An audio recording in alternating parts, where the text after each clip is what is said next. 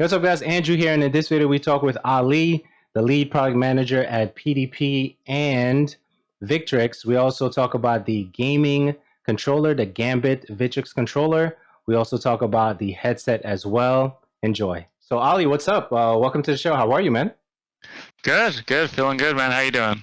I'm good. I'm so excited because there's two products that we're going to talk about today. We're going to talk about the controller, and we're also going to talk about the headset that your team recently released, Victrix. And I'm excited for the things that you're doing. I love the controller and the headset. I've been checking them out.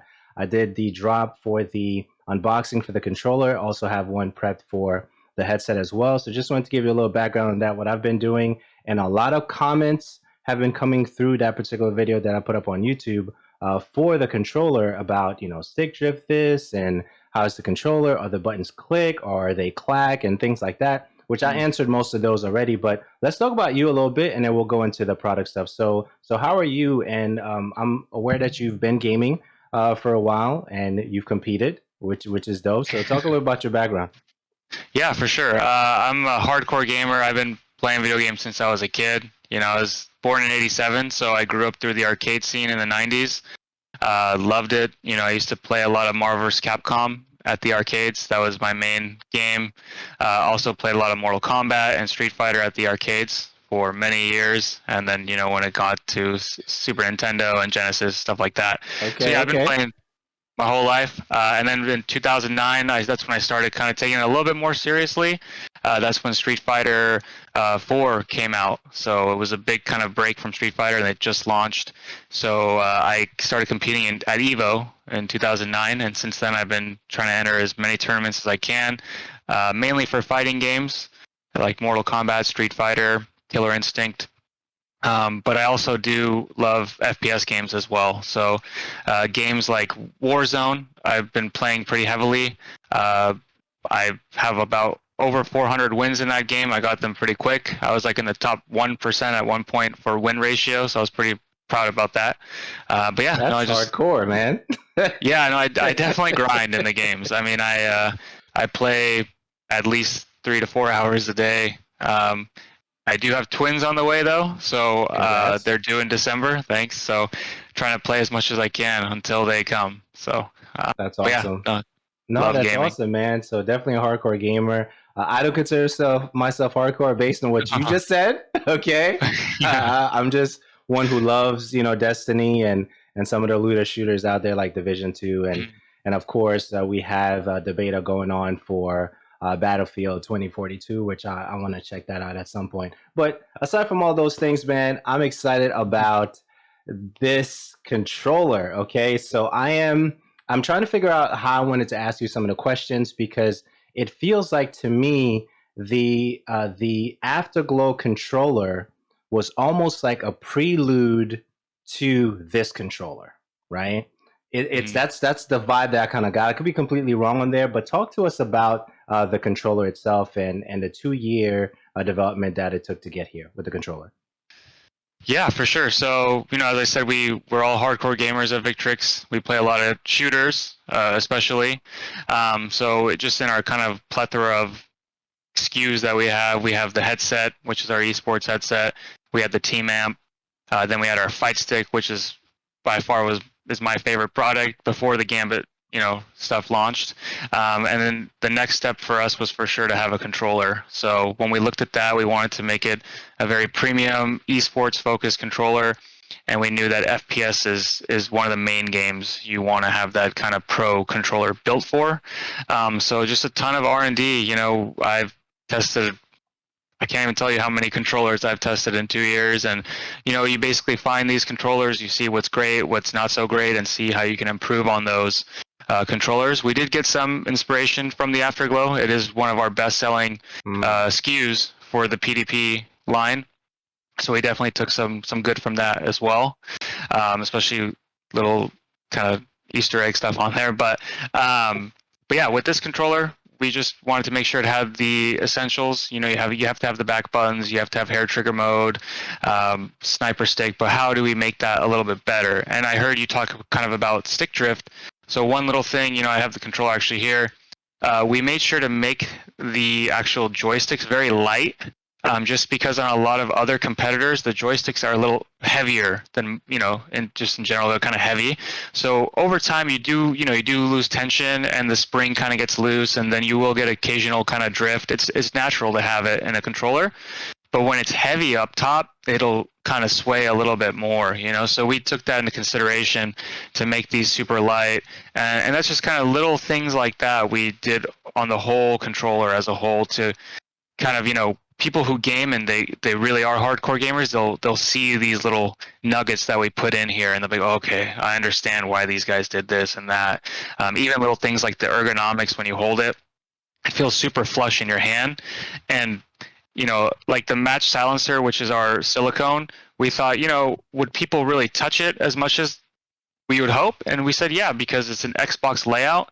So when you hold it like an Xbox layout, you're actually touching more of the inside of the controller, as opposed to when you're kind of more in a Sony layout, you're kind of having that gap. You can see I have a gap right here, But when you're on the Xbox position, you're kind of more snug. So it's really little things like this that we took 2 years to kind of think No, about. I like that. I like that You know. because these are the details that people are going to be asking in the Mhm. comments and things of that nature. So a couple of things that you had mentioned when we last talked.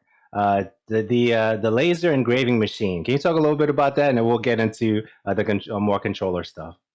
Yeah, so it's an awesome thing we have. So a lot of fight sticks, fans out there want to put their art on their fight stick. Fight stick, usually when you buy it, you have it for at least 5 years. So you want to personalize it, make it your own.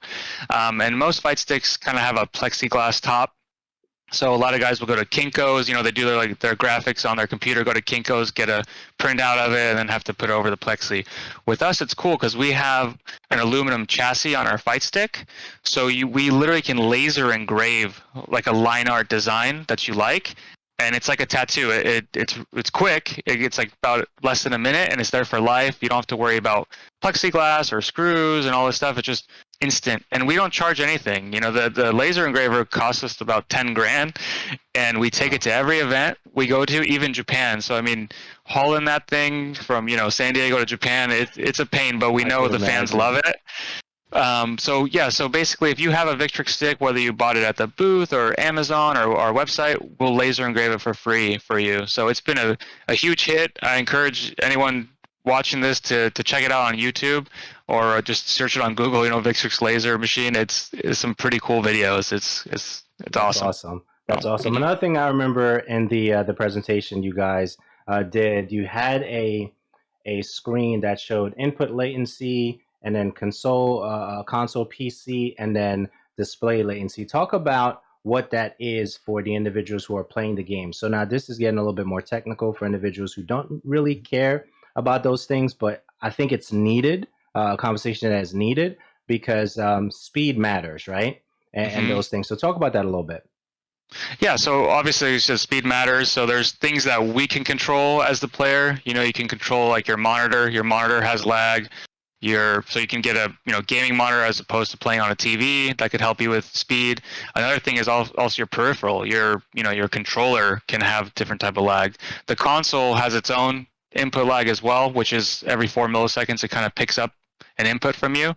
So with us, what you can control is obviously the monitors and then the controller. So we designed our controller to have two cores, so it's our dual core technology. So basically you have one core that focuses solely on the action buttons, the joysticks, the thumbsticks, triggers, the stuff like that. And then another core just for the audio, because most controllers have a single core, and when you mix in chat and audio with the action buttons, it can kind of bog down the speed. So with us, we have the two cores, so they work individually, and you get that lowest latency possible. And that just basically helps you with, on fighting games, if you have one frame combos, it helps you with executing those moves quicker. You have a kind of a bigger window per se because your latency is lower. And then with shooters, a lot of 50-50 challenges. If you have that speed advantage, you might get that shot off first before your opponent does. So it definitely helps. Yeah, I'm trying to play the conversation we had in our minds. There was one screen that you showed. I believe you said that you were the bison on the left, and then the Hmm. cami was doing a roundhouse, and you were doing a fierce punch. Was that the Yeah. thing? Yeah. So what was Yeah. going on with that? What was going on with that? Yeah, so that was a tournament at final round as a Capcom Pro Tour event. It was kind of last hit wins, and we were kind of similar, close together. I threw a fierce heavy punch with LIBSYN, and it was a Karen player threw a roundhouse kick, and it was at the kind of the same time. And I ended up getting the counter hit, which means I got the hit off first, and that was the last hit to win the game. And that was using the Victrix Pro FS fight stick, which is arguably the fastest fight stick we have in the market compared to other competitors. And it's cool because a lot of pros out there use the Victrix Pro FS, and it's helped us build a lot of credibility amongst our fans because they see, hey, these top pros are using the Victrix Pro FS to compete in thousands of dollars tournaments, hundreds of thousands of dollars in some cases, who knows. So it definitely showed that we have that speed advantage there, and that was one kind of example like you talked to, which helped me in my situation. That's So it's awesome. cool. That's awesome. So form factor. So the joysticks are bigger. Okay. So Hmm. so the technology is the same as the one from the fight sticks, but what happened with the form factor for the dev side of things, right? Because the controller is definitely smaller. So can you walk us through that a Hmm. little bit? Yeah, so with our fight stick, we have a very ergonomic slope. There's a few things with a fight stick that's really important. Weight's super important. You have the right weight because you usually play on your lap. And then also we have a slope right below the joystick and the action buttons, kind of for your wrist to kind of lay on. So we did a ton of R&D studies on that slope and the ergonomics of the fight stick, and we did heavy R&D studies on the controller as well. So as I mentioned, it's kind of a sleeper feature, I'd say, on the controller, but when you do get a chance for anyone out there who gets the controller, you can it really is flush like with your hands. There's like no kind of gaps when you hold the controller. Um, and that's something we just did a ton of studies on because obviously these are made for pros and people that want to game for 8 hours a day. So we want to make sure not only with the headset and controller, everything is just super comfortable for a long gaming session. So interesting that you mentioned the flush thing, and I know you mentioned it earlier. Someone asked in one of the comments. They said, "When I hold the controller, my how are my fingers placed in the back?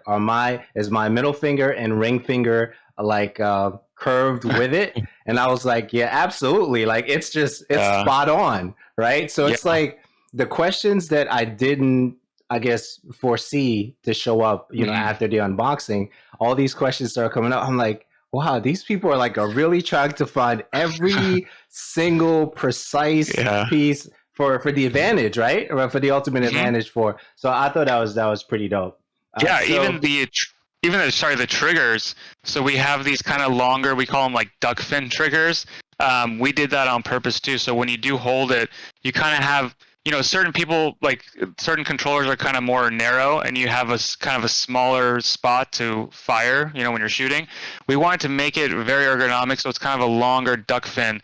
And it curves towards your finger, so you get a nice kind of crisp shot. And then, as you said, when I hold it, yeah, my middle and ring finger are on the back pedals. I know my exactly on, camera's spot on. Yeah, not the no, I best, see it. but No, we yeah. we good. We're good. It's spot on. And I think that the other thing too, especially with the triggers, some individuals tend to use it for leverage, right? Hmm. Depending on how long they've been playing. So it's almost like you're actually taking the fatigue and you're transferring it to your hands and your fingers on the top of the triggers for leverage, especially if you're, laying down for a long time waiting for the perfect snipe or whatever it is that you're doing. So sometimes we even use that for leverage as well.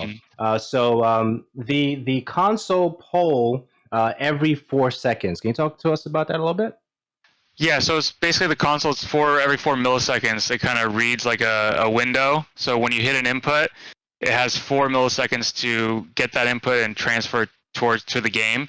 And it's kind of or Naveen, our CMO, kind of mentioned it's like a train station. The train comes to the station, and you have that 4 milliseconds. If you miss that train, you got to wait for the next one to come, which is every 4 milliseconds.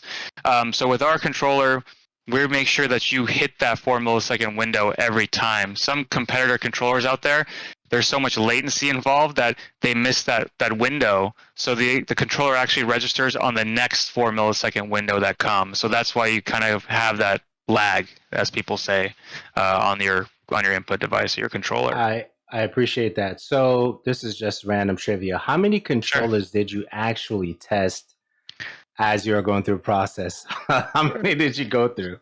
Yeah, I wish I could show you my bin. I have a testing bin in my room, and Okay. it's filled. It's stacked It's stacked. 25. It's up there. I'd say it's definitely up there. Wow. Yeah, and we did a third party testing, with a really credible lab, and we gave them just as many controllers as I tested as well. We just want to make sure it's super fair, apples to apple testing and what we did, and get all the major players involved and major brands and stuff like that. So, That's um, awesome. That's but awesome. yeah. So, a couple of things. Victrix is 8 times faster wired, right? That's one of the Hmm. things that you guys mentioned. And then, according to the particular chart that I saw, it was a 2.4 at the top and then 2.1 at the bottom. And one of the things that I was asking is, how is this not illegal, right? Yeah. Because of the cheat code that you guys have patented, of course, right? Hmm. And go to speak to that a little bit. Yeah, sure. So yeah, we claim that we state that we are the fastest licensed controller, Xbox controller out there, Right. and we from the data that we've shown, but we do follow the first party guidelines to a T, for both Nintendo, Sony, Xbox, whoever we partner with, they have specific guidelines that we have to follow because we are third parties, and they're our first party licensee. So.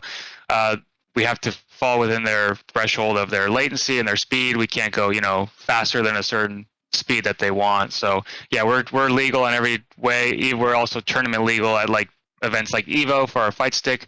We made sure we're at the legal requirements. So Yeah. A couple of things that I have, and then we'll move on to the actual headset. So, clutch sure. triggers, right, which you mentioned.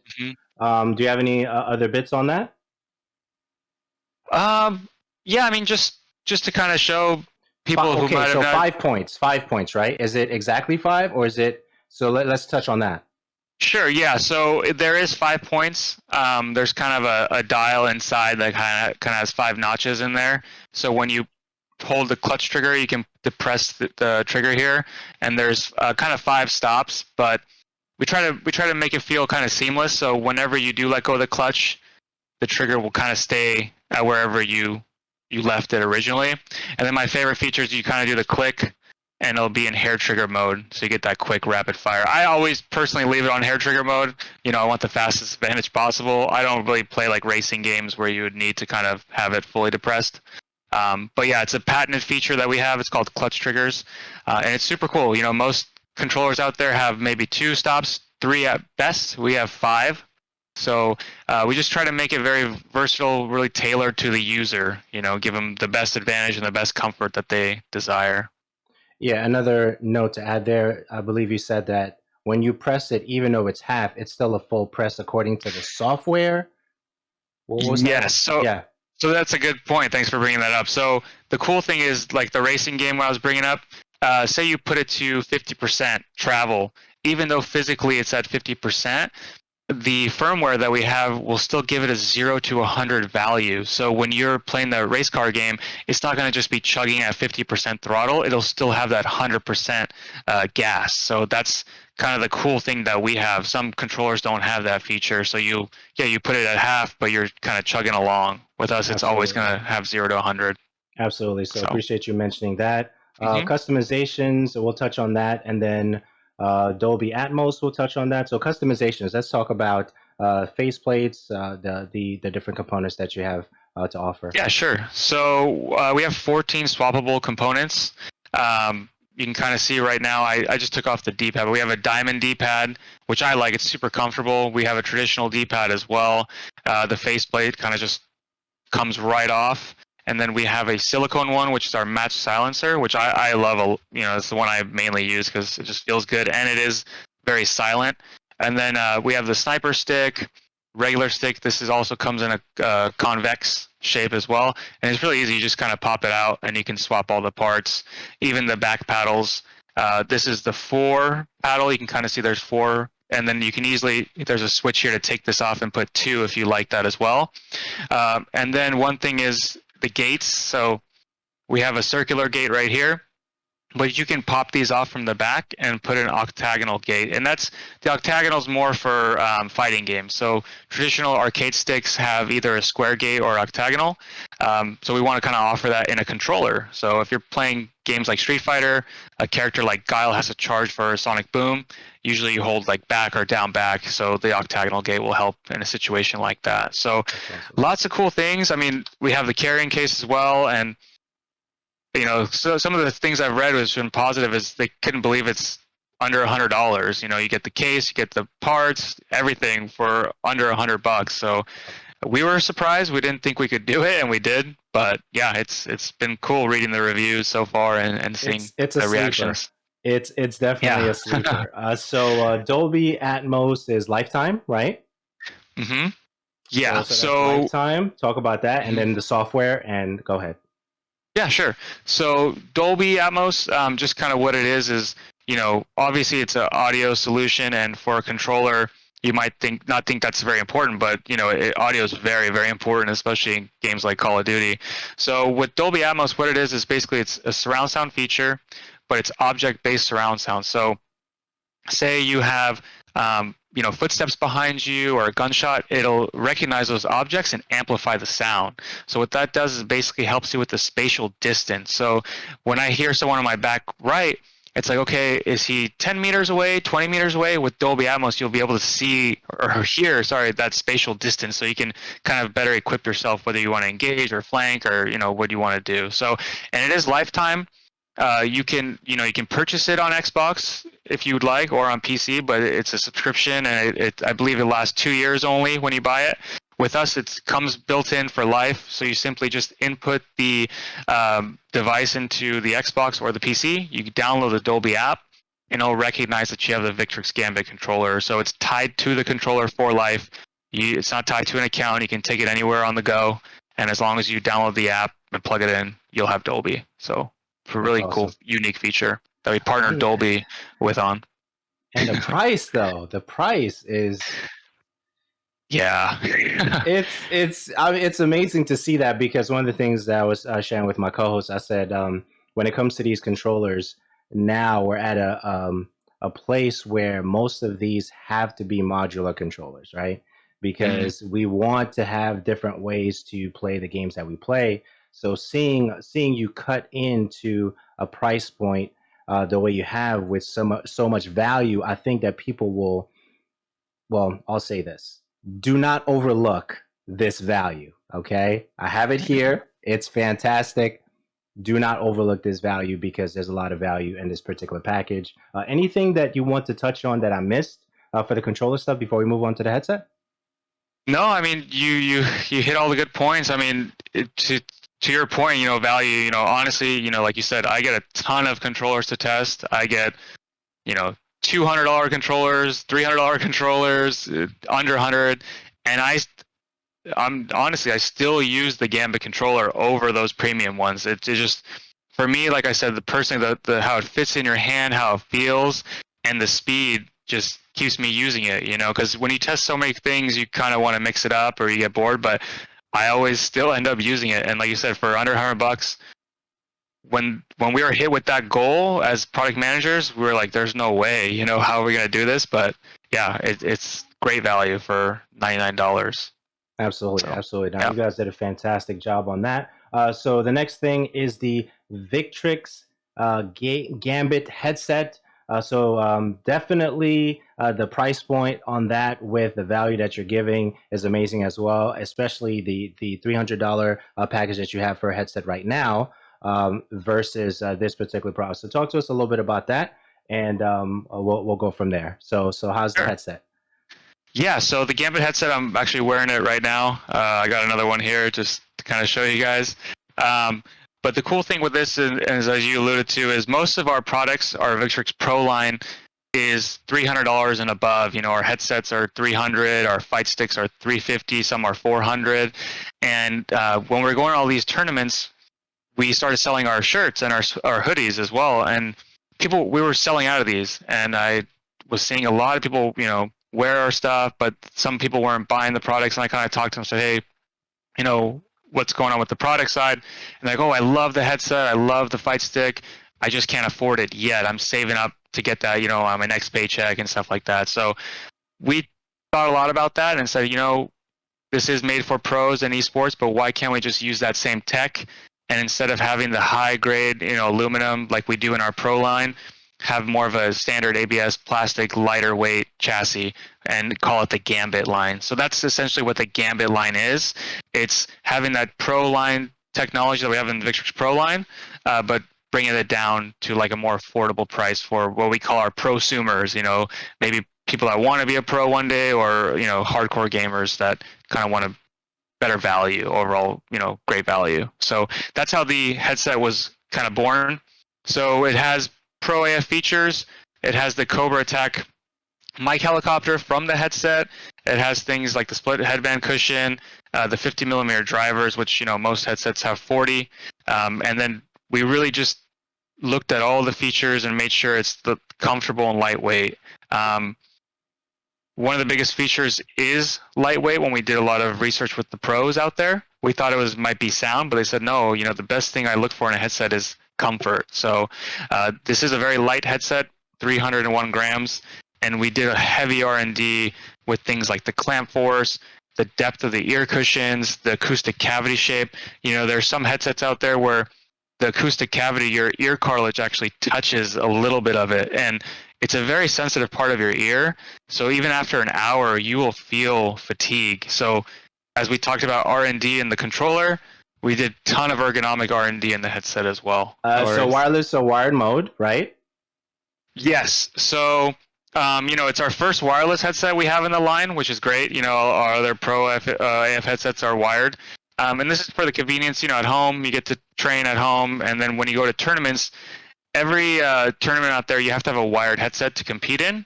So it does have a wired feature. There's kind of just a jack here, and it comes with an inline cable, a 3.5 millimeter with control. So you can kind of, train at home at your own convenience wirelessly on the couch or whatever. And then once you go to the tournament, you can plug it in and be tournament legal. So pretty cool. Awesome. The controller offers USB Type-C because data flows through it, but the headset offers mini USB because there's no data flowing through it, correct? I think that's what we talked about. Yes. So we obviously, want the best advantage we can. So with the controller, it is USB Type-C because data is passing through. For the headset, we were debating that, but like as we mentioned, we want to just give the best value to our consumer. And since it's strictly charging, there's nothing, no data going through it, no advantage with the USB Type-C. We felt like for this headset, we'll just do the micro USB charging because it's, essentially the same. So.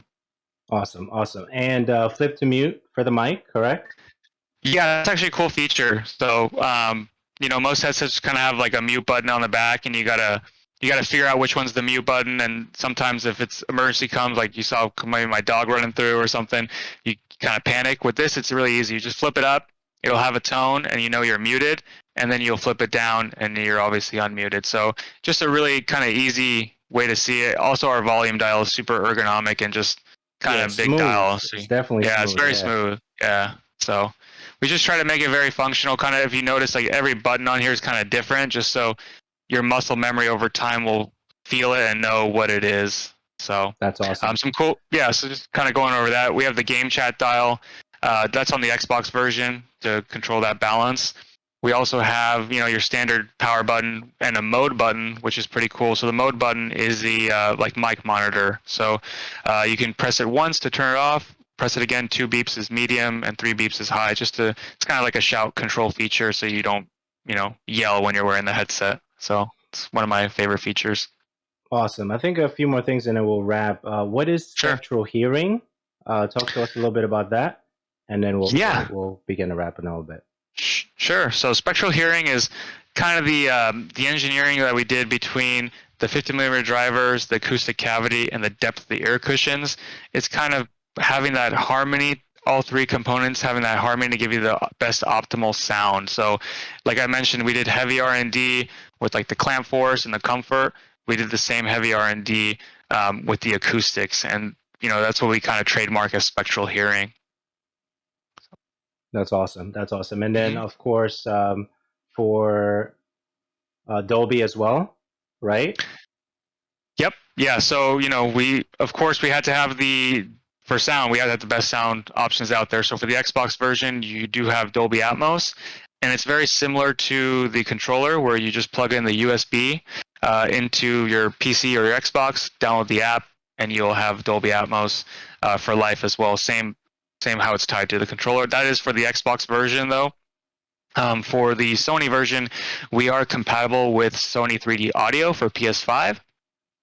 We thought that that was the best surround sound alternative to Dolby when we were doing a lot of our testing. There were some other ones we were looking at, but after some testing, we really felt the Sony 3D audio is very strong.